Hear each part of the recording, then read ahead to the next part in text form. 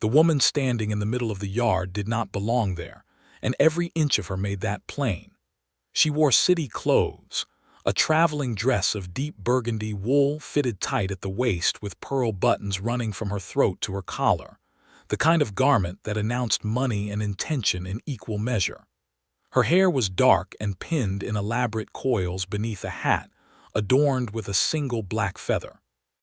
She stood with her shoulders back and her chin lifted, her eyes moving across the Brenner Ranch yard with the calculating precision of someone appraising property they intended to own. Henrietta Brenner saw her from 40 yards away, and every muscle in her body went still. She had been coming back from the south pasture with a coil of wire over one shoulder and her leather-wrapped fence-mending tools hanging from her belt, her boots dusty and her dark auburn hair tucked under a worn felt hat, her face warm from the late October sun. She had been thinking about the water flow problem in the lower creek channel and whether she could redirect it before the first hard freeze. She had been thinking about ordinary things. And then she looked up and saw the woman in the yard, and she stopped thinking about ordinary things entirely. Patrick Quinn stood between them. He had not moved to stand there deliberately, or perhaps he had because the way he was positioned, with his broad back toward the arriving woman and his face angled toward Henrietta, made it seem as though he had placed himself exactly where he was with specific purpose. His arms were loose at his sides. He was not speaking. He was simply standing, a wall of quiet human resolve between Henrietta and whatever trouble had just ridden up from the direction of town. Henrietta could see the woman's face clearly now, and she recognized it, though it had been 4 years since she had last seen it, and the last time she had seen it, Raymond Brenner had still been alive. Dorothea Voss. The woman Raymond had been promised to before he had chosen Henrietta instead. The betrayal in Dorothea's eyes was not fresh. It was the settled, hardened kind, the kind that had been sitting in a dark corner gathering weight for years.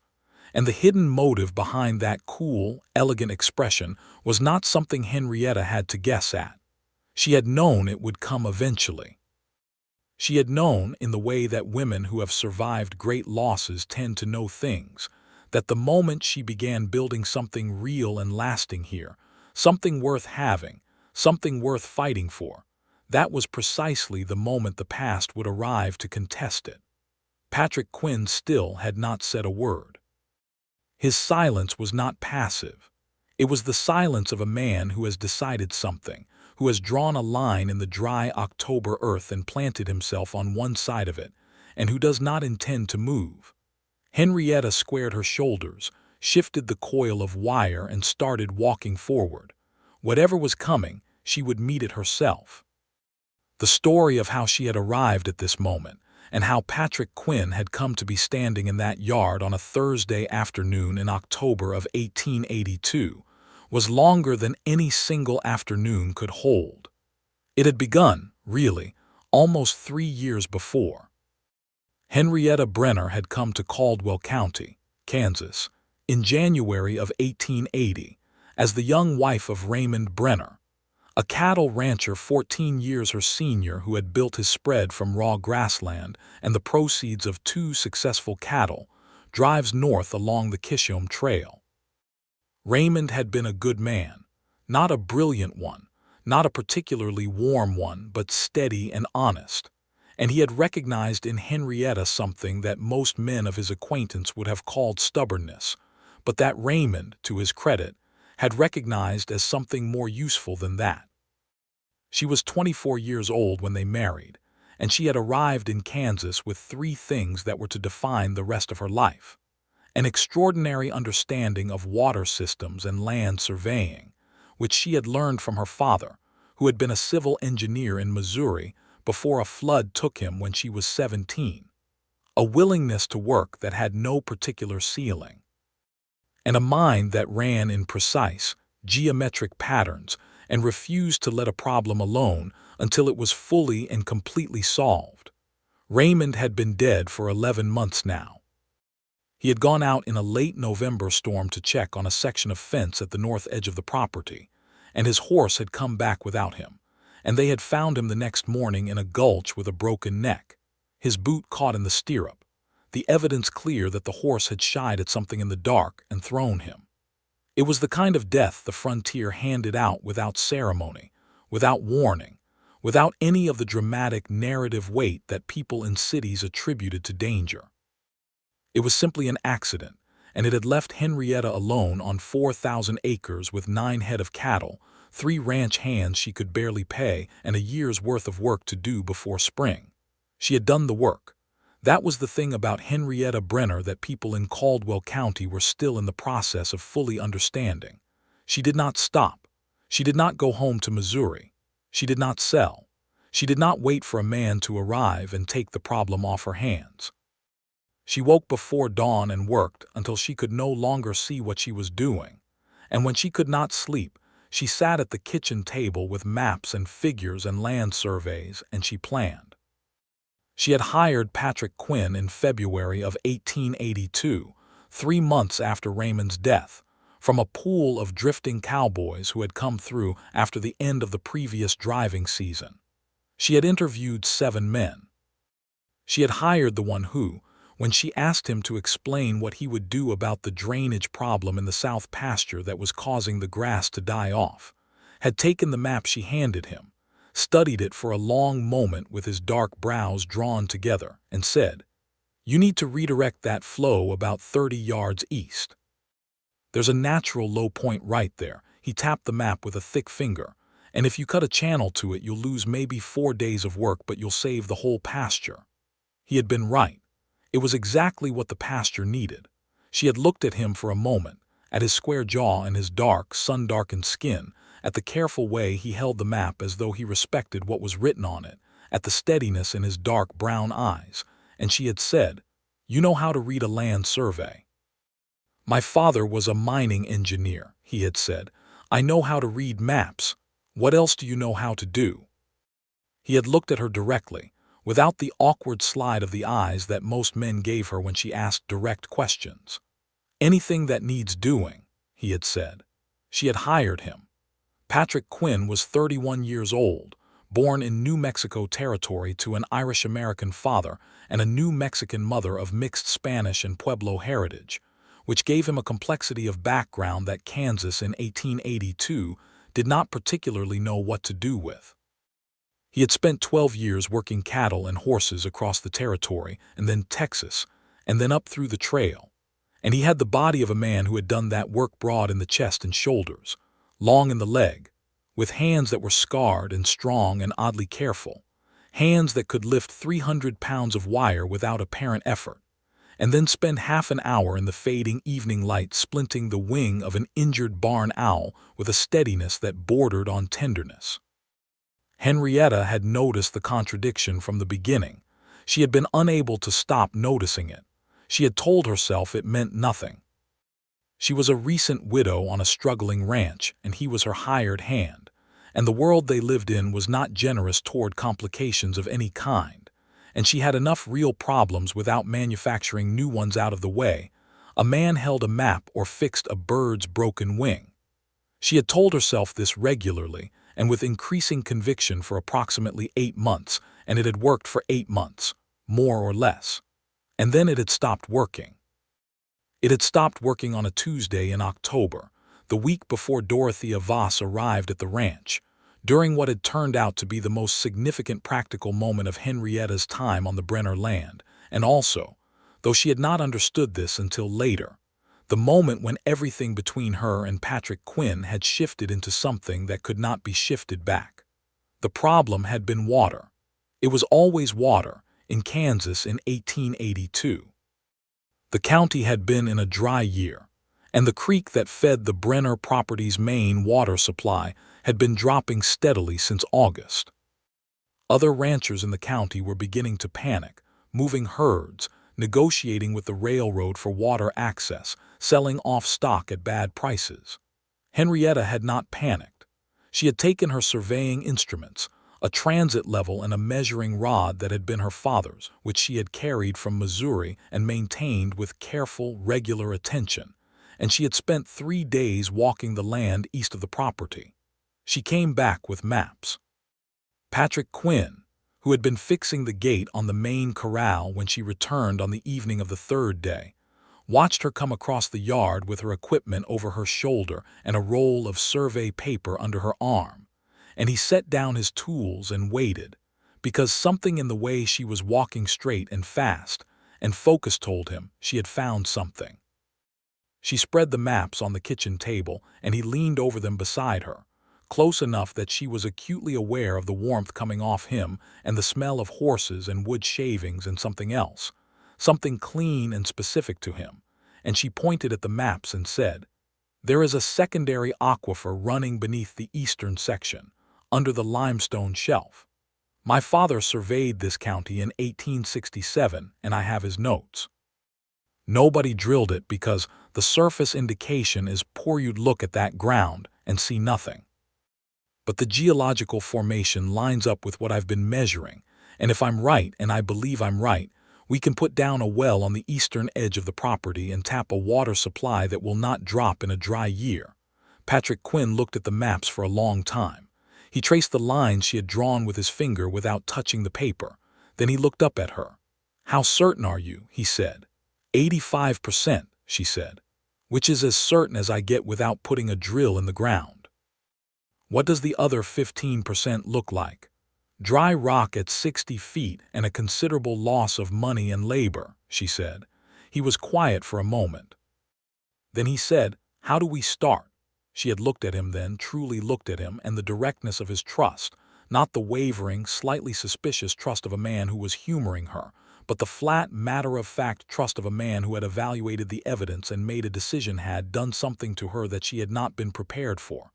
"I'll need help with the transit measurements," she said. "The next section gets complicated."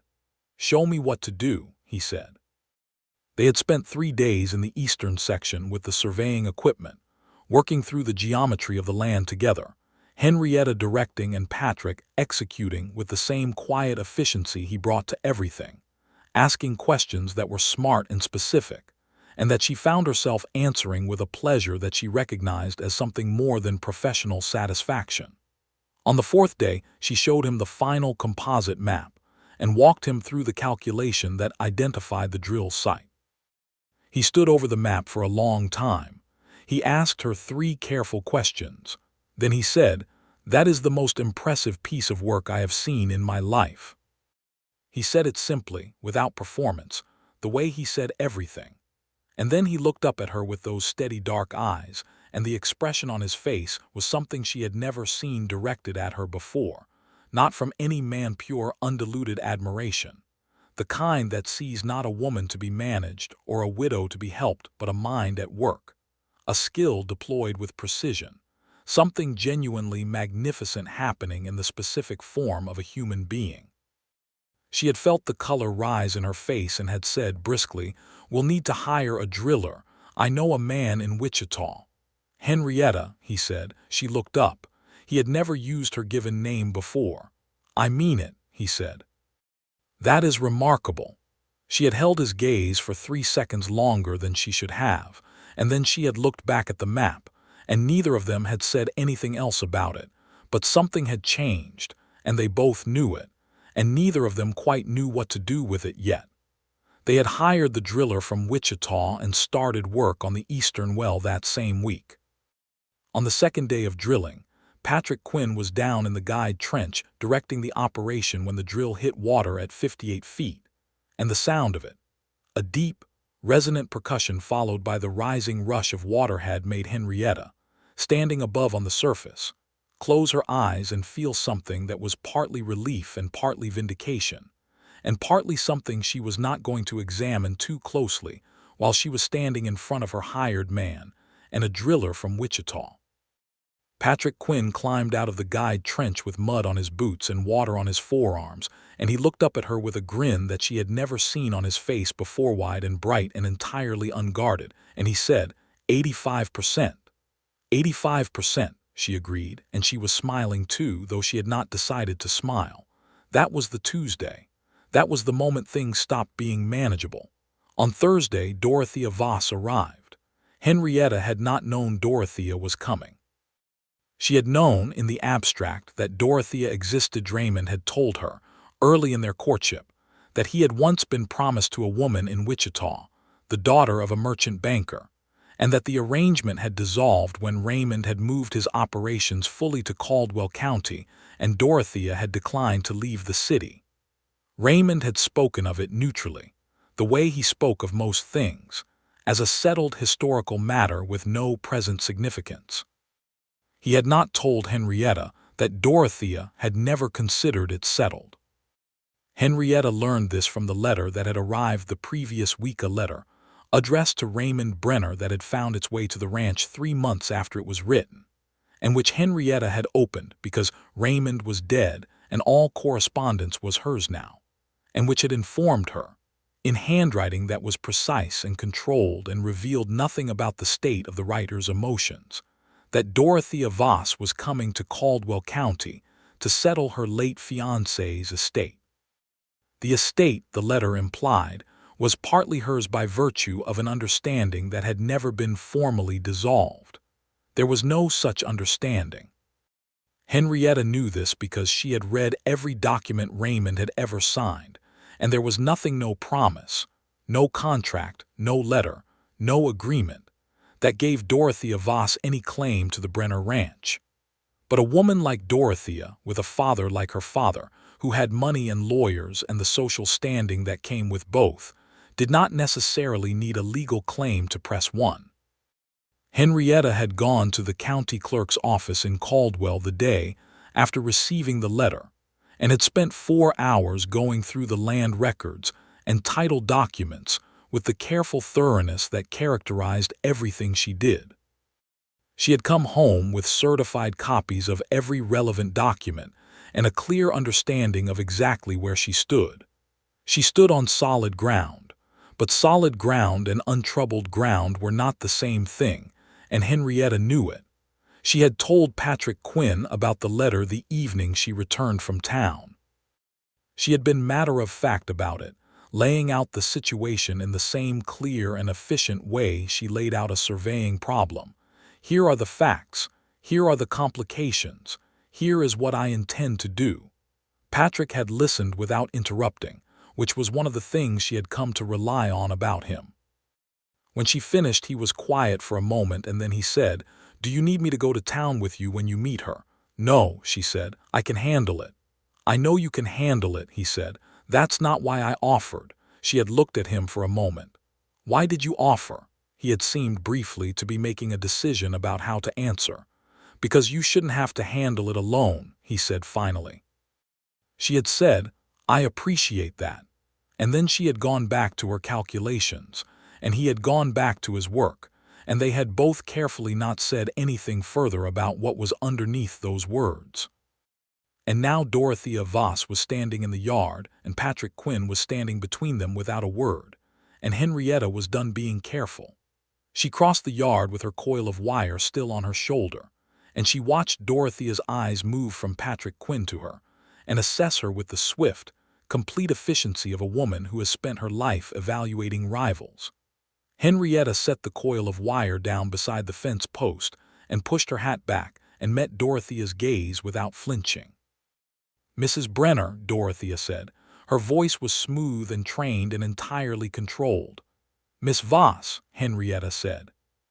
Patrick Quinn moved then, stepping to the side so he was no longer directly between them but still close, his position making a quiet geometry of solidarity that required no words to communicate.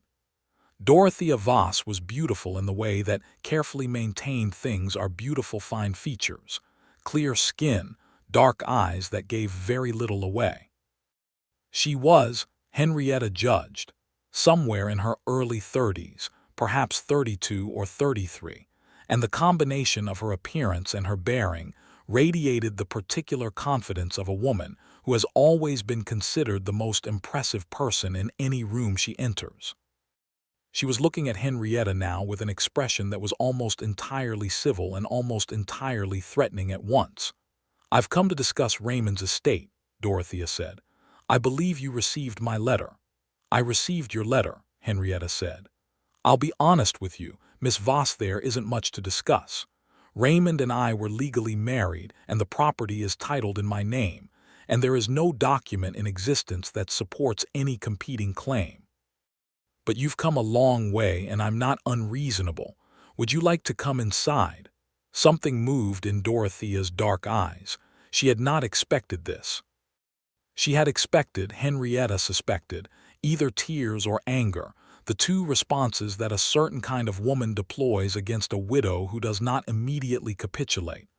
What she was getting instead was clarity, and clarity was harder to fight. "Thank you," Dorothea said after a moment. They went inside. Patrick Quinn remained in the yard. Henrietta glanced back at him once as she held the door, and the look on his face was something she catalogued and saved for later consideration, steady and watchful, and carrying something in it that was not quite worry and not quite pride, but lived somewhere between the two. Inside, Henrietta set water to boil and placed 2 cups on the table and sat down across from Dorothea Voss with the certified copy she had obtained from the county clerk spread between them like a hand of cards she had already won.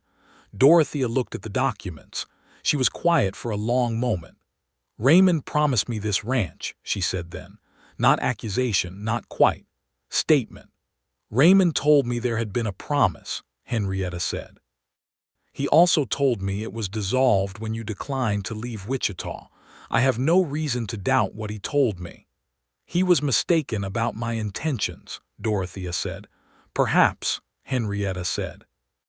"But intentions that are never legally documented are difficult to enforce, Miss Voss, and I think you know that. Otherwise you would have brought your father's lawyers instead of yourself." The silence between them stretched.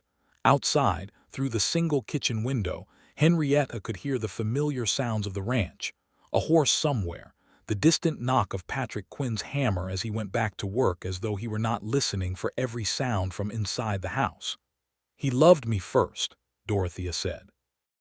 It was the first thing she had said that was not strategy, and Henrietta heard it as such, the real wound beneath the legal posture. She felt something move in her, something that was not quite sympathy but was honest and present enough that she did not dismiss it. "I believe he did," Henrietta said quietly, "and I believe that must be a painful thing to have lost, but he made different choices and then he died, and neither of those facts can be changed now." Dorothea looked at her for a long time. The calculation behind her eyes was giving way to something more complicated, something rower. "What will you do with it?" she said. "The ranch. Build it," Henrietta said. "I struck water in the eastern section this week. I intend to triple the herd within 3 years and establish a proper breeding program. This land will be significant." She paused. "Raymond built something worth keeping here. I intend to keep it." Another long silence. "He spoke of you," Dorothea said finally. "In his letter to me, the last one from just before, he said he had married a woman who was cleverer than anyone he had ever met and that the ranch was in good hands." She paused. "I thought he was being kind." "He wasn't known for it," Henrietta said. The corner of Dorothea's mouth moved. Not quite a smile, but something. "No," she said, "he wasn't." They drank their coffee. Henrietta had made coffee, not tea, which was what was available, and they talked for another half hour. Not about legal claims, but about Raymond, about the man he had been, about the particular solitude of grieving someone you were angry with, about the strange position of a woman in 1882 Kansas whose identity was defined primarily by her connection to a man who was no longer alive. They talked about these things with the careful honesty of 2 women who are not friends and never will be, but who have arrived, unexpectedly, at a moment of mutual recognition. When Dorothea Voss left, 2 hours after she had arrived, she shook Henrietta's hand on the porch. Her face was composed, her posture still immaculate, but something in her eyes had shifted. "You'll make something of this place," she said. It was not a question. "I already have," Henrietta said. Dorothea climbed into the carriage that had been waiting for her at the far end of the yard, driven by a patient hired man from town who had spent 2 hours watching the chickens, and she did not look back. Henrietta stood on the porch and watched the carriage move down the road toward town, and she was aware of Patrick Quinn coming to stand beside her, not touching, just present, the way he always was when something difficult had just happened and he wanted her to know that he was there without requiring her to acknowledge it. "She's gone," he said. "She is," Henrietta said. "Everything all right?" "Yes," she said. And then, because the honesty of the last 2 hours had loosened something in her, she said, she loved him too in her way. She just didn't love him enough to choose the inconvenient version of him. Patrick Quinn was quiet for a moment. "Is that what love requires?" he said. "Choosing the inconvenient version." She looked at him then sideways, from the corner of her eye, in the particular way she had developed for looking at him when she did not want it to be obvious that she was looking at him. The evening light was coming in low from the west, and it put a warm gold color on the side of his face and caught in the dark of his eyes, and the question he had just asked was hanging in the air between them with a weight that was entirely out of proportion to its surface simplicity. "I think it might be exactly what love requires," she said. He turned his head and looked at her, and neither of them said anything else, and the silence was full of things that were not ready to be said yet, but that were clearly preparing to become so. 3 days later, the driller from Wichita came back to install the pump mechanism on the eastern well, and Henrietta spent the morning on the site directing the installation with the same precise authority she brought to all technical work, explaining to the driller exactly the angle of placement and the depth of the pipe fitting and the configuration of the drainage channel around the wellhead. Patrick Quinn was there, working alongside the driller's 2 assistants, and several times during the morning she glanced over to find him watching her with that expression she had been cataloging: direct, serious, warm in a way that was becoming less and less possible to pretend she wasn't seeing. The driller, whose name was Whitmore and who had been digging wells in Kansas for 15 years, made the mistake, at one point, of suggesting that a different placement for the pump mechanism might work better. He said this with the particular gentleness that men in 1882 used when correcting a woman on a technical matter, the tone that suggested he was being patient with her rather than disagreeing with her. Henrietta turned to look at him with perfect composure. "The angle you're suggesting places the mechanism 14 inches closer to the limestone shelf," she said. "In a significant freeze, and we get them here, Mr. Whitmore, temperatures below zero for weeks at a time, that position will crack the casing within 2 winters. My placement keeps it above the frost line. I've done the calculation and I'm happy to show it to you if you'd like." She pulled the calculation from her coat pocket, where she had been carrying it against exactly this kind of conversation, and handed it to him. Whitmore read it. He looked at it for a long time. He looked at his assistants. He looked at Patrick Quinn, who was watching with a quiet expression that Henrietta, from 10 years of reading men, recognized as someone choosing very carefully not to smile. "Well," Whitmore said, "I see." He cleared his throat. "Your placement it is, Mrs. Brenner." "Thank you," she said pleasantly. Afterward, when Whitmore and his assistants had gone for their noon meal and she and Patrick were alone at the well site, he said, "Do you always carry the calculations in your pocket?" "When I know someone is going to argue with me," she said. He was quiet for a moment, and then he said, "Does that happen a lot? People arguing with you about your own work?" "Often enough," she said, not bitterly, just factually. He was looking at her with that direct, serious attention, and he said, "That must get exhausting." She looked at him. "You never do," she said, "argue with me about my own work." "Because you're right," he said simply. The simplicity of it, the complete absence of qualification or condescension, or the particular male anxiety that expressed itself as needing to find at least something to disagree with, hit her somewhere unguarded, and she felt the warmth of it move through her in a way that she no longer had any intention of pretending was professional satisfaction. "Patrick," she said. He waited. She had 3 complete sentences prepared. She had several reasonable things she could say. She said none of them. What she said was, "I don't know what I would have done this year without you." His expression changed. Not dramatically, he was not a dramatic man, but in the specific way that faces change when something that has been held carefully in check for a long time stops being held in check. "You'd have managed," he said. His voice was lower. You'd have done all of it. I've seen how you work." "That's not the same as not being glad you're here," she said. He took one step toward her and then he stopped and he said, "Henrietta, I need to tell you something and I need you to tell me if it's wrong to say it." "Say it," she said. "I have been—" He stopped. He looked at the ground for a moment, which she had never seen him do before, and then back at her. "I have been in this situation before where I felt something for a woman I worked for, and I made the wrong choices about it and it ended badly. And I want to be honest with you about that before I say anything else." She waited. "I'm not going to make those same wrong choices," he said. "So I need you to know that what I'm about to say is not. It is not something I'm saying lightly or in a weak moment. It is something I have been thinking about for a long time with everything I have." He looked at her steadily. "I love you, not because you're alone and you need help and I'm here, because you are the most remarkable person I have ever met. Because watching you work is like watching someone do something that can't be done except you do it every time. Because you are honest and you are hard and you are kind in ways you don't advertise, and I have been trying not to love you for about 6 months and it hasn't worked." The silence after he finished was vast and specific. Henrietta said, "The woman, the previous situation, what happened?" "She was married," he said. "I didn't know until I didn't know. When I found out, I left immediately.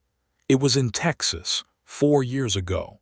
There was nothing between us physically, but I had told her how I felt and she had let me, and her husband found out and it was ugly. I'm not proud of it. Did you know she was married when you told her?" "No, I found out the same day her husband arrived." She looked at him. "That is not the kind of story a dishonest man tells," she said. "A dishonest man would have edited that until it sounded better." "I wasn't going to edit it," he said. "I know," she said. "That's rather the point." She took one step toward him, and then another, and she looked up at him with the same direct gaze she brought to everything. No hesitation, no performed coyness, no pretending that she did not know her own mind. "I love you too," she said. "And I have been attempting not to for approximately the same amount of time with approximately the same result." He reached up and touched her face very gently with one calloused hand, and she turned her face into it slightly, and then he said, "I'd like to do this properly if you're willing." "What does properly mean to you?" she said. "Courting," he said. "Actually courting, walking out together in plain sight, asking you if you want to have supper with me in Caldwell, doing things correctly." She smiled at him. A real smile, not the controlled, professional expression she wore in public, but the private one, the one she had not used in front of another person in over a year. "We live on the same ranch," she said. "That makes it even more important to do it properly," he said. She laughed, and the sound of it surprised her slightly because it was easy and unguarded in a way that laughing had not been for a very long time. "All right," she said. "Properly." The courtship of Henrietta Brenner and Patrick Quinn in Caldwell County, Kansas, in the autumn of 1882 was, in the opinion of several of its witnesses, one of the more unusual romantic developments the county had seen in recent years, which was saying something given that the county had seen, among other things, 3 mail-order bride arrangements go badly in 1881 alone, and a bigamy scandal at the First Methodist Church the previous spring. What made it unusual was primarily the directness of both parties involved. Patrick Quinn asked Henrietta to supper in Caldwell on a Saturday, and she said yes, and they went, and they had supper at the county's one moderately respectable restaurant, and they talked for 3 hours about water systems and cattle breeding and the geological history of the High Plains and the political situation with the Southern Cheyenne on the reservations to the west, about which Henrietta had very clear and passionate opinions, and about which Patrick Quinn, who had grown up in New Mexico territory and had more direct experience with the realities of federal Indian policy than most people in the county, had both opinions and a personal perspective that she found more honest and more complex than any view she had encountered before. He told her about his mother's family Pueblo people from the Rio Grande Valley, his grandmother still alive. His uncle who had died during the long walk of the Navajo, though he himself was Pueblo and not Navajo. The way that history had shaped the landscape of New Mexico in ways that could not be separated from the land itself. He told her these things simply and without self-consciousness, and Henrietta listened with the real, engaged attention that was her natural state, and she asked questions that were good ones. And by the end of the supper, she knew more about his history than she knew about most people she had been acquainted with for years. He walked her back to where the wagon was tied outside the restaurant, and the evening air was cold with the particular sharp dryness of Kansas autumn, and when they reached the wagon he helped her up onto the seat and then stood beside it, one hand on the side of the wagon, looking up at her. "I had a good time," he said. "That doesn't happen very often." "It doesn't happen very often for me either," she said. He held her gaze for a moment. "Same time next Saturday," he said. "Same time next Saturday," she said. He smiled that wide, unguarded smile she had seen for the first time the day the well came in, that she was already beginning to feel as necessary and specific as oxygen. They drove home through the dark Kansas plain under a sky full of stars, not saying much but comfortable in the quiet. And when they reached the ranch she unhitched the horse, and he tended the other animals, and then they stood briefly in the yard before going to their separate buildings. She to the main house, he to the bunkhouse, and he said good night to her with a look that was warm and patient, and contained a great deal of deliberate restraint, and she said good night to him with precisely the same kind of look. And they went inside. The ranch hand who had been there the longest, a taciturn, weathered man named Calvin, who had worked for Raymond Brenner for 6 years, and who expressed his opinions primarily through the quality of his silences, watched all of this from the doorway of the bunkhouse, and then went inside and said nothing whatsoever to anyone, which in Calvin's case meant he had given the entire situation his full approval. The winter came in hard and early in November, as it did in Kansas with some regularity, and the ranch closed in on itself in the way that farms and ranches did in winter, the world shrinking to the perimeter of the fenced land, the days structured by the needs of the animals and the maintenance of the equipment and the thousand small tasks that cold weather created.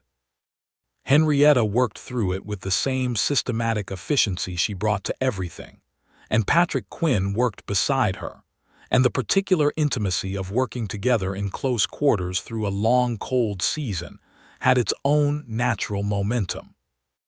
They ate supper together in the main house kitchen most evenings, which had begun as a practical arrangement. It was warmer than the bunkhouse, and the cook stove needed to be running anyway, and had evolved into something that was simply how they spent their evenings, and that both of them would have noticed the absence of with acute discomfort. The conversations at that table ranged widely. She showed him her father's old survey notebooks, the ones with the meticulous notations in faded pencil, and he turned the pages with a reverence that she found affecting.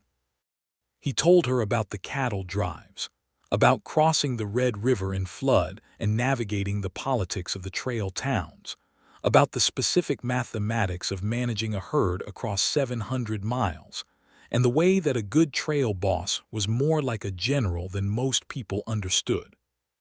She told him about Missouri, about her father's house, and the models of rivers and watersheds he had built in the back garden to explain flow principles to her when she was a child, about the flood that had taken him when she was 17 and left her and her mother in circumstances that had required her to become, very quickly, entirely practical.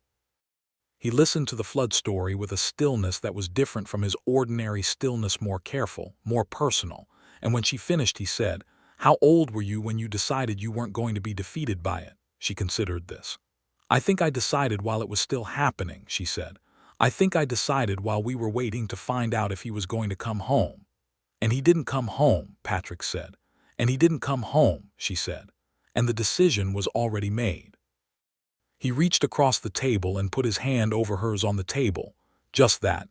Just the weight and warmth of his hand, and she turned her hand and held his, and they sat like that for a long time without speaking. It was December when he kissed her for the first time. The occasion was unglamorous. They had spent 2 hours in the cold repairing the roof of the smaller barn where the calves were kept, and they had come inside cold and tired and slightly exasperated with the second batch of nails, which had been the wrong size, and Henrietta had been in the middle of saying something about the nails when she stopped because he was looking at her with that look, and she stopped talking, and the half-sentence she had been speaking faded out of the air between them. He said, "May I?" She said, "Yes." He kissed her carefully, both hands on her face, and she put her hands on his chest and felt his heart, and the kiss was warm and unhurried and deeply intentional, and when it ended he pressed his forehead to hers and they stood like that in the kitchen doorway with the cold still on their coats and the failed nail project entirely forgotten. "That was worth waiting for," he said quietly. "I would say so," she said. He laughed softly and she felt it against her forehead, and then she pulled back enough to look at him properly, at the warmth in his face, at the steadiness and the care, and she said, "Patrick, I want to tell you something." "Tell me," he said. "I have been alone for a long time," she said. "Not just since Raymond, before Raymond, while I was married to Raymond. I have been alone in the way that matters, which is not about proximity but about being genuinely known by someone, and I had stopped expecting it. I had decided, fairly firmly, that it was simply not something that was going to be part of my life." He was listening with complete attention. "And then you came here," she said, "and you read my maps like they meant something, and you asked intelligent questions, and you stood in my yard without a word when I needed someone to stand there, and I am finding that it is a considerable thing to be known by someone. When you thought you wouldn't be." He was quiet for a moment and then he said, "For me it was the survey calculations. When I watched you work through the eastern section measurements and I realized what you were doing, what you were actually doing, the way you were reading the land, I thought, this is the most remarkable person I have ever met. And then I thought, I am in significant trouble." She smiled. "Significant trouble. Considerable trouble," he confirmed. She laughed, and he kissed her again, and the kitchen was warm against the December cold outside, and neither of them thought about failed nails or second-rate barn roofs for quite some time. January brought a week of truly brutal cold, the kind that dropped below zero and stayed there, and Henrietta blessed her choice of placement for the eastern well pump mechanism, which functioned perfectly while the ground around it was frozen solid for 3 feet down.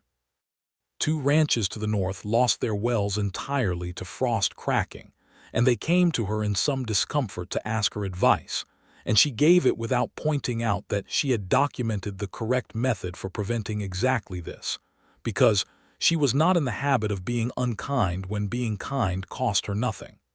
Patrick Quinn watched this with evident satisfaction and said nothing. They were engaged by February.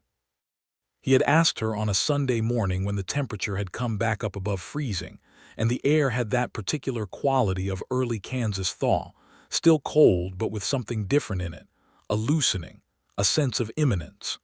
They had walked out to the eastern well to check the pump, which was a Sunday morning habit now, and on the way back across the frozen grass he had stopped walking and she had stopped because he had.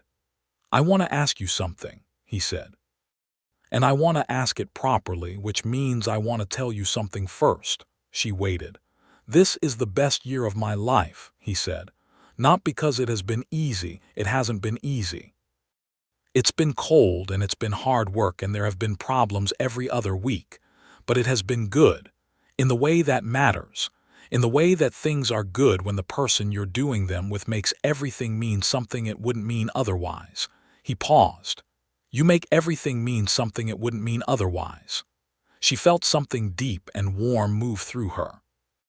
He reached into the pocket of his coat and brought out a small object. Not a ring, not yet, because rings in Kansas in February required trips to Wichita that had not yet happened, but a small piece of turquoise he had been carrying since New Mexico. A piece of his mother's, smooth from years of handling, set in a simple band of silver wire that he had made himself over the previous 2 evenings using skills she had not known he possessed. "I would very much like to marry you, Henrietta Brenner," he said, "if you'll have me." She looked at the turquoise ring in his hand, at the careful workmanship of the silver wire, at the blue-green of the stone that was the exact color of a clear day in a country far away from the Kansas plains, a piece of the world he came from, offered to her. "I will have you," she said, "absolutely and entirely." He put the ring on her finger and she looked at it and then at him, and the smile on his face was the best thing she had seen in her life, and she went up onto her toes and kissed him in the middle of the frozen Kansas field with the wind coming off the plains and not minding the cold at all. They were married in April in the small Presbyterian church in Caldwell, in a ceremony attended by Calvin and the other ranch hands, the county clerk and his wife, the proprietors of two local businesses who had come to respect Henrietta considerably over the past year, the Wichita driller Whitmore who had, after the frost comparison between the properties, become something of an admirer of Henrietta's technical judgment, and a handful of other people from the county, who came partly out of curiosity and partly because word had gotten around that the widow Brenner was marrying her ranch hand, and it seemed like an event worth witnessing. The minister was a small, earnest man named Reverend Liddell, who performed the ceremony with apparent conviction, and who shook Patrick Quinn's hand afterward with the particular firmness of a man communicating a message rather than simply a greeting. Henrietta wore her best dress, which was a deep green wool she had ordered from a catalog in Wichita, and which had arrived 3 weeks before the wedding, and which fit perfectly. She had measured herself with the same precision she brought to everything. Patrick wore a dark suit he had purchased in Caldwell that week, and he looked, in Henrietta's private assessment, extraordinarily handsome in it, which she told him, causing him to stand with slightly better posture for the rest of the day and to look at her with an expression that contained considerable warmth. They spent their wedding night in the main house, which was now fully their house, and the following morning they ate breakfast together at the kitchen table as they had done most mornings for 6 months, except that now his ring was on the table between their coffee cups.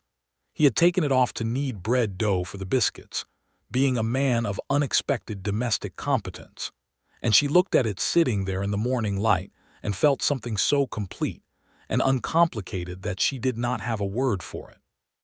Happy was insufficient, settled was insufficient. What she felt was more like the sensation of a calculation that had been running in the background for years and years, finally resolving the answer coming in clear and correct and exactly what it should be.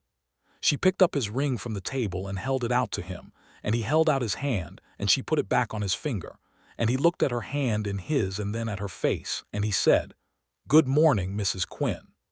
"Good morning, Mr. Quinn," she said. Spring came in full force in May, and with it the full demands of the ranching season. They worked together through the planting and the branding and the management of the expanded herd. Henrietta had purchased 12 additional head in March from a rancher to the east who was selling out, funded by the careful financial discipline of the previous year, and the eastern well, now fully operational, was already demonstrating its value as the spring was drier than the previous 2 years, and the creek ran lower than it should have.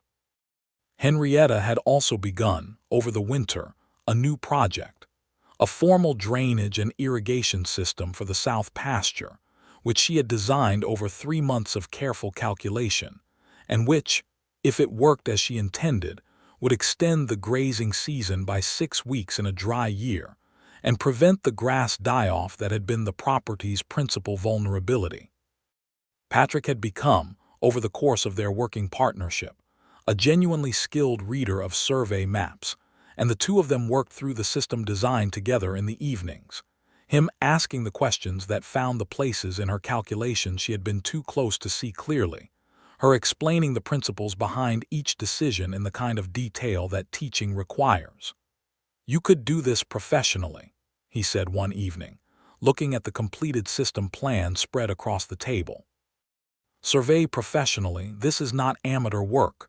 Women don't do survey work professionally," she said, Yet, he said. She looked at him. Yet, she agreed. Do you want to, he said. Professionally, I mean, not just for our land. She thought about it, really thought about it, in the way that she thought about problems, turning it over and examining it from multiple angles. I want this land to succeed, she said finally. I want to build something here that lasts, and I think there's a way to do both, to consult for neighboring properties and to keep developing what we have here. The county needs good water management and land surveying, and there are very few people in the county who know how to do it. There's one, Patrick said. She smiled. There's one, she agreed. By summer, she had 2 consulting clients among the neighboring ranches, both of which had come to her after the spring's dryness had made the quality of her water management evident by comparison. She charged fairly and worked precisely, and the results were good, and word traveled in the particular efficient way that word traveled in agricultural communities where water was a shared anxiety. In the middle of June, Henrietta told Patrick that she was pregnant. She told him after supper on a Tuesday evening, sitting across the table from him with her coffee cup between her hands, in the direct and matter-of-fact way she told him everything. I'm pregnant, she said. I believe about 8 weeks. He set down his coffee cup very carefully, and then he was around the table and he had her in his arms, not frantically, not with the excessive alarm of a man who is panicking, but with the encompassing, deliberate tenderness of a man who is doing the most important thing he knows how to do. Are you well? He said against her hair. Are you feeling all right? I feel perfectly fine, she said, her face against his chest. I've felt fine for weeks. I wanted to be certain before I told you. He pulled back enough to look at her face, searching, the way he looked at her when he was assessing something important. You're happy, he said. It was a real question, not a formality. I am, she said, somewhat terrified but mostly happy. She paused. Are you? Henrietta, he said. I am so happy I don't have the language for it. She laughed, and he kissed her forehead and then her mouth. And then he sat back down but pulled his chair around the corner of the table so he was beside her instead of across from it. And they sat together in the warm kitchen and talked about the future in the specific and practical way that both of them naturally talked about everything, which made it feel real and manageable and full of the kind of ordinary, wonderful detail that made a future actually worth building. The pregnancy was, as Henrietta had predicted, uncomplicated. She was not a woman who made much of her own body's difficulties, and she continued working through the summer and fall with appropriate modifications. She stopped climbing to high places. She let Patrick do the heavier lifting without making it a significant event. She went to see the county doctor in Caldwell twice, each time coming home with the report that everything was proceeding normally. Patrick Quinn, for his part, managed the balance between concern and respect for her independence with a delicacy that she found admirable. He worried she could see him worrying in the careful attention he paid to how she moved, in the extra blanket that appeared on the bed the first cold night without discussion, but he did not interfere. He did not treat her as fragile. He offered help and took no for an answer when no was the answer. You're not going to spend the next 7 months hovering, she told him in July, not unkindly. No, he agreed. I'm going to spend the next 7 months doing every physical task I can think of before you decide you don't need my help with it. She laughed. That's a better strategy, she said. Dorothea Voss, somewhat to Henrietta's surprise, wrote a letter in September. It was brief and contained no further legal claims or competitive posturing. It was simply a letter from one woman to another, acknowledging that she had married a successful businessman in Wichita in the spring, and that she hoped the ranch was prospering, and that she had thought of Henrietta's words about building something worth keeping and had found them useful in the end. Henrietta wrote back, which surprised Patrick when she told him. What did you say? He asked. I congratulated her on her marriage, Henrietta said, and I told her the ranch was doing well, and I told her about the baby. He considered this. That was generous, he said. She loved Raymond genuinely, Henrietta said. That deserves a certain amount of respect, even if the rest of it was complicated. He looked at her. "You are," he said, "an extraordinarily good person." "I'm practical," she said. "Both," he said.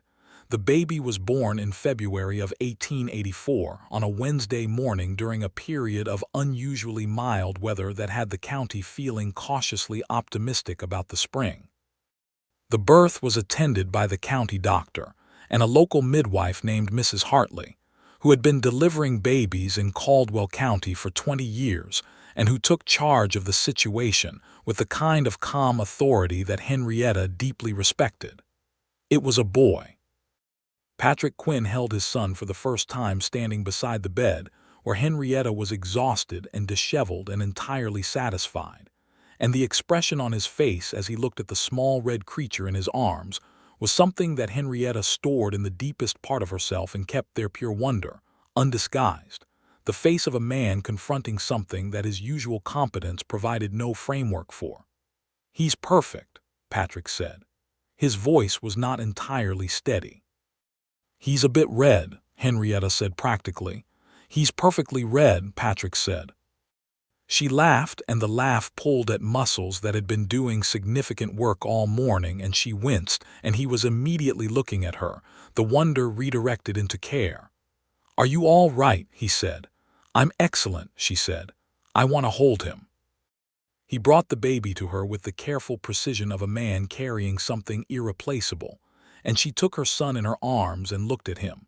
The small, fierce face, the dark hair that was Patrick's, the particular set of the jaw that she recognized with a private amusement as her own and felt the world reorganize itself around this new fact.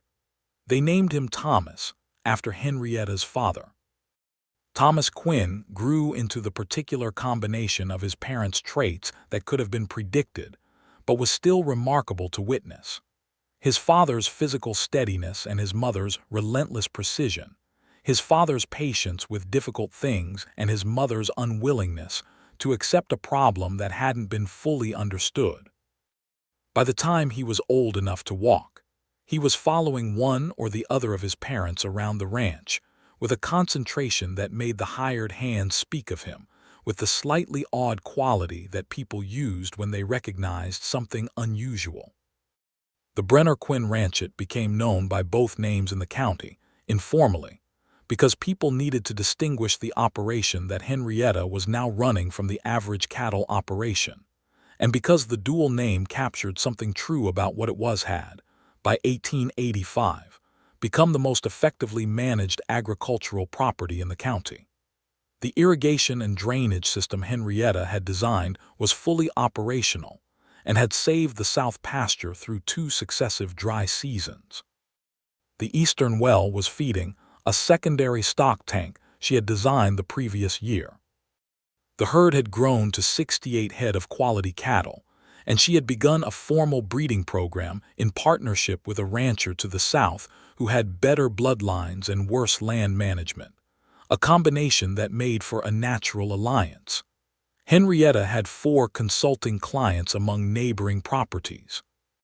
She had begun corresponding with a civil engineer in Wichita who was developing irrigation systems for the emerging wheat farming operations in the central part of the state, and who had, upon receiving her technical correspondence, written back in the somewhat startled tone of a man discovering a colleague where he had expected an amateur. The correspondence had become regular, professional, and mutually useful. Patrick Quinn managed the daily operations of the ranch with the same quiet competence he had brought to everything since the day he arrived, and the particular combination of his skills, the practical knowledge of cattle and range management, the ability to read terrain and weather, the capacity to work alongside Henrietta's technical direction with full engagement rather than territorial resistance had made the ranch's success possible in a way that neither of them could have achieved individually. He had also, in 1884, purchased 30 acres of his own adjacent land, adjoining the original Brenner parcel to the east, which he had added to the operation, and which contained a surface outcropping of the aquifer formation Henrietta had identified, allowing them to develop a second well on that section. They were partners in the fullest sense of the word, and the county knew it, and had largely come around to finding it either admirable or interesting or both. Calvin, the taciturn ranch hand who had been there since Raymond Brenner's time, remained. He had by now expanded his vocabulary where the Quinn family was concerned to include the occasional brief approving comment, which from Calvin was the equivalent of an extended tribute. In late 1885, the second pregnancy. This time Henrietta told Patrick 2 hours after she was fairly certain, because by now she had decided that certainty was overrated in the face of something she wanted to share with him. He was in the barn checking on a calf that had been born 3 days early and was having a slow start. She came into the barn with a lantern and found him sitting in the straw beside the calf's dark head in his lap, his hand moving slowly along its neck. She sat down beside him in the straw, which was not the posture of a woman who was planning a formal announcement. "I believe we're going to need a second crib," she said. He looked at her in the lantern light, and the smile that came across his face was immediate and complete and lit his entire face. "Are you sure?" he said. "Fairly sure," she said. "Surer than 85%. He laughed, and the calf lifted its head slightly at the sound, and Patrick put his arm around her and she leaned against him in the warm straw smell of the barn, and he pressed his mouth to her hair. "Thomas is going to be indignant," he said. "Thomas will adapt," she said. "He adapts to everything." "He gets that from his mother," Patrick said. "He gets it from both of us," she said. He held her a little tighter, and the calf settled back into sleep, and the lantern made a warm circle in the dark barn, and outside the Kansas winter was doing what Kansas winters did, but inside there was warmth and a new fact growing in the world, and neither of them was inclined to move for quite some time. The second baby was a girl.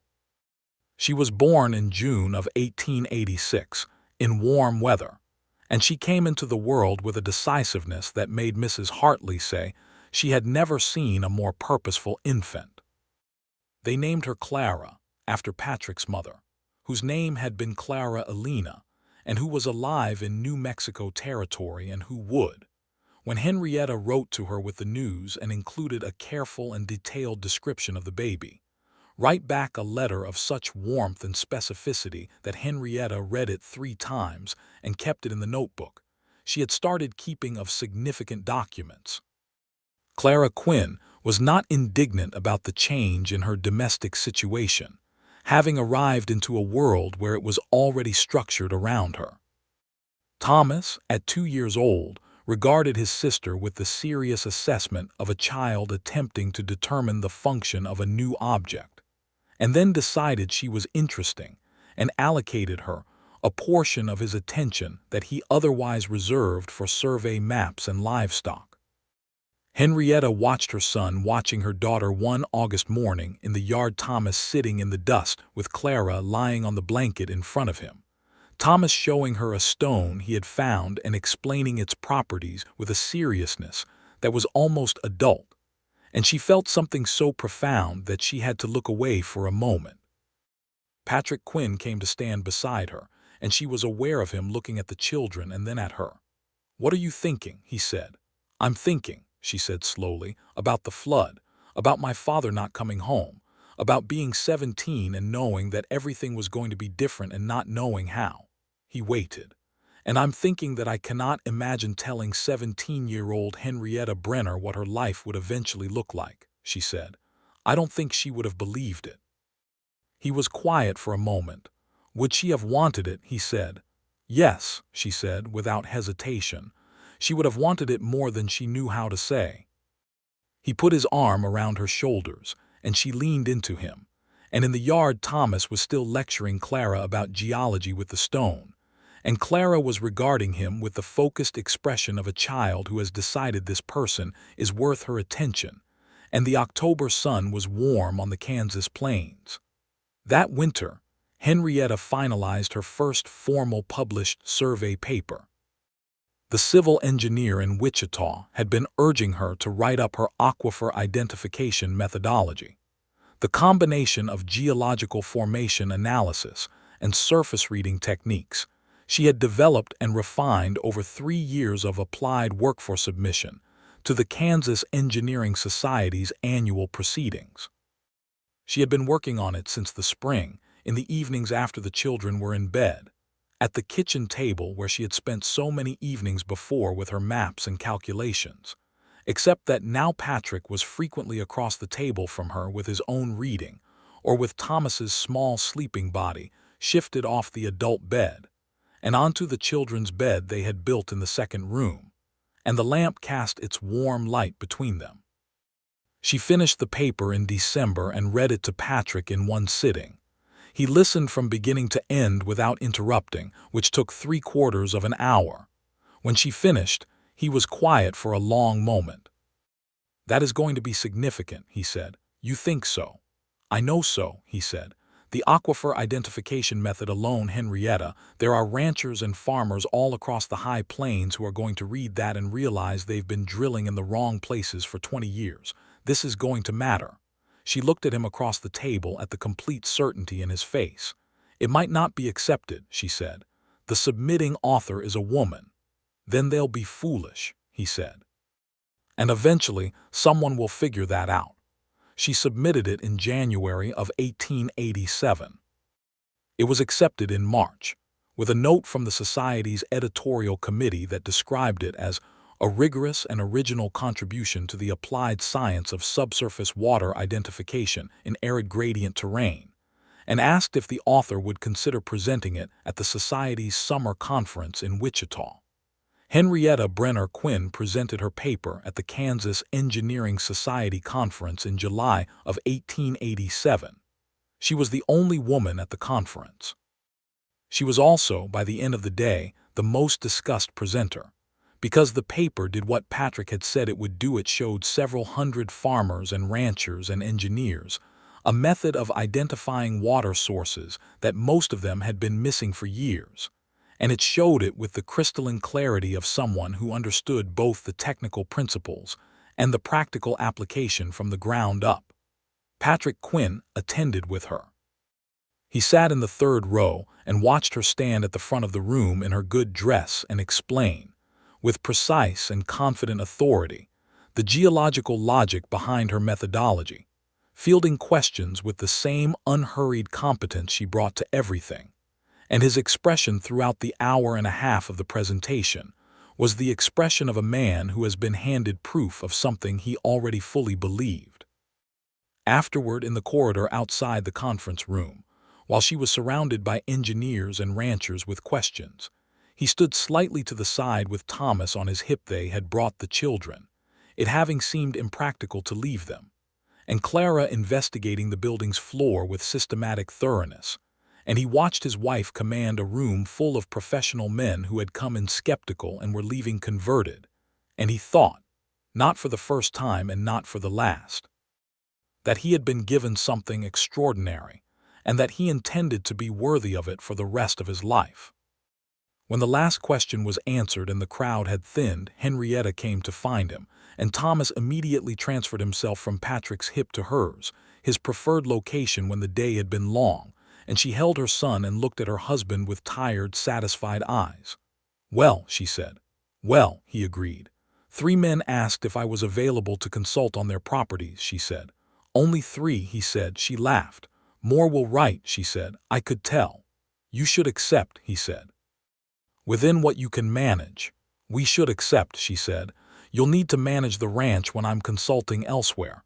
"That's what I do," he said. She looked at him, the direct, clear, fully present look that she had been giving him since the day he read her map at the kitchen table and asked the right question. "I love you," she said. "I want to say it clearly in this hallway where people can hear me." He smiled. "I love you too," he said, "in this hallway and everywhere else." She shifted Thomas on her hip and picked up Clara from the floor with her other arm, a feat of practical balance that was entirely characteristic, and they walked out of the Kansas Engineering Society conference together into the warm July afternoon, their family a compact and purposeful unit moving through the Wichita street, Patrick carrying the bags with one hand, and keeping the other close to Henrietta's elbow in a gesture that was neither possessive nor performative but simply present, simply his. The small, continuous language of a man in love with a specific woman, in a specific life, that they had built together out of maps and water and trust, and the willingness to choose each other in. The inconvenient version. The drive back to Caldwell was long and warm and full of Thomas's questions, which were many and detailed and required real answers, because Thomas Quinn at 3.5 had inherited his mother's refusal to accept incomplete explanations. Clara slept against Henrietta's side for most of the journey, one fist curled around the edge of Henrietta's coat. When they came over the last rise and the ranch came into view, the house, the barns, the eastern section where the well pump stood against the skyline, Patrick pulled the horses to a momentary stop. Henrietta looked at him. He was looking at the ranch with an expression she could read because she knew him completely, every register of his face, every quality of his silence. It was the expression of a man looking at something he owns, not in the way of possession but in the way of belonging. "I think about it sometimes," he said. "What it looked like when I rode in here the first time." "What does it look like now?" she said. He looked at her, and the sun was going down behind the Kansas horizon in the particular spectacular way that Kansas sunsets had, all that sky turning coral and gold, and his face in the last light was the face she knew better than any other face in the world. "Like home," he said. "Like exactly what it's supposed to be." She put her hand over his where it held the reins, and he turned his hand and held hers, and Thomas, who had been leaning against his father's arm, said with some urgency that he was hungry and could they please go home now. Patrick laughed and clicked to the horses, and the wagon rolled down toward the ranch, and the lights of the house were already warm in the windows, and the pump on the eastern well was visible against the darkening sky, and the grass of the south pasture was deep and green, and the cattle were settling for the evening, and everything that had been built here, with maps and water and wire and calculations, and two people who had chosen each other in the difficult and inconvenient and fully real version, was exactly as solid and enduring as the limestone beneath the Kansas plain. In the years that followed, the Brenner Quinn Ranch became what Henrietta had promised Dorothea Voss it would become: significant. The breeding program produced a line of quality cattle that sold well and were sought after. The irrigation and drainage systems Henrietta had designed became a model that other properties in the county replicated, often with her paid consultation. Her survey paper was cited in subsequent engineering publications, and eventually in a textbook on Great Plains water management that was used in Kansas and Nebraska and Colorado. Thomas Quinn, by age 10, was helping his mother with the simpler survey calculations and doing them correctly. He had his mother's geometric mind and his father's patience, a combination that made him very good at the work, and Henrietta taught him with the same serious engagement she brought to everything, refusing to simplify what didn't need simplifying. Clara Quinn, by age 8, had decided that horses were her primary interest, and she demonstrated a capacity for horsemanship that was, in the assessment of everyone who watched her, exceptional. She had Patrick's feel for animals, the intuitive understanding of how they thought and moved applied to the specific and demanding discipline of riding. Patrick spent hours with her in the paddock, teaching her everything he knew, and the pleasure he took in it was evident to everyone. There were other children: another boy, James, born in 1889, who was quiet and deliberate and showed early signs of his father's skills with physical work, and a third girl, Nora, born in 1891, who came into the world small and then proceeded to be very loud about her opinions, a quality that her parents regarded with a mixture of amusement and recognition. The ranch grew. The family grew. The Kansas Engineering Society invited Henrietta to present again in 1889, and again in 1891, and by 1892 she was a familiar figure in the professional engineering community of the state, one of the earliest and most established women in the field, known for work that was rigorous and practical and significant in ways that could be measured in the actual functionality of water systems across a significant portion of the high plains. None of this was easy. The territory was hard and the weather was unpredictable, and there were seasons when the cattle prices dropped and seasons when the weather was wrong, and there were always problems to solve and things that broke and situations that required more ingenuity than resources. Henrietta and Patrick navigated all of it together, with the same combination of skills that had worked from the beginning: her precision and strategic thinking, his operational mastery and steady presence, the deep mutual trust that made all of it function. They had arguments, because they were two strong people with real opinions, and the shared space of a working ranch that required constant decision-making. The arguments were honest and direct and resolved, because both of them had enough respect for the truth to follow it where it led, and because neither of them carried resentment past the day it was created.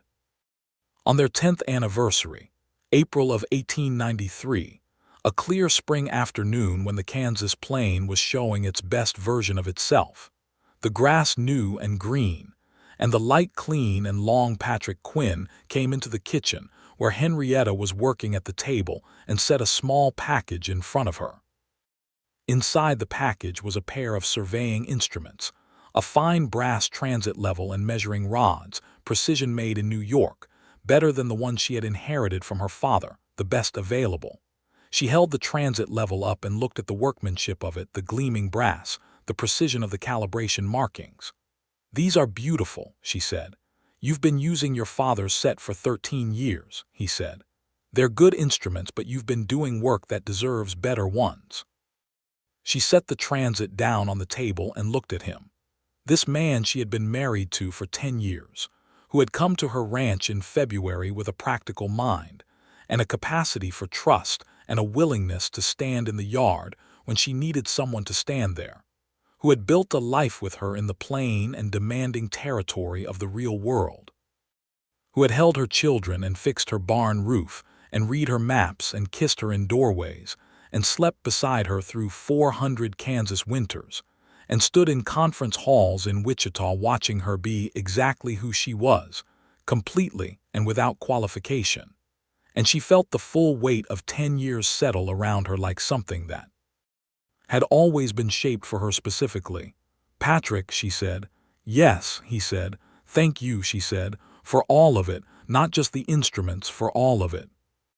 He came around the table and she stood up and he put his arms around her, and she put her face against his neck, and they stood like that in the kitchen where they had spent 1,000 evenings, where the lamp had burned over 10 years of maps and calculations and suppers and children's homework and ordinary conversations, and the particular deep comfort of being known by someone fully known, completely known, the best version of you and the difficult version of you and all the versions in between.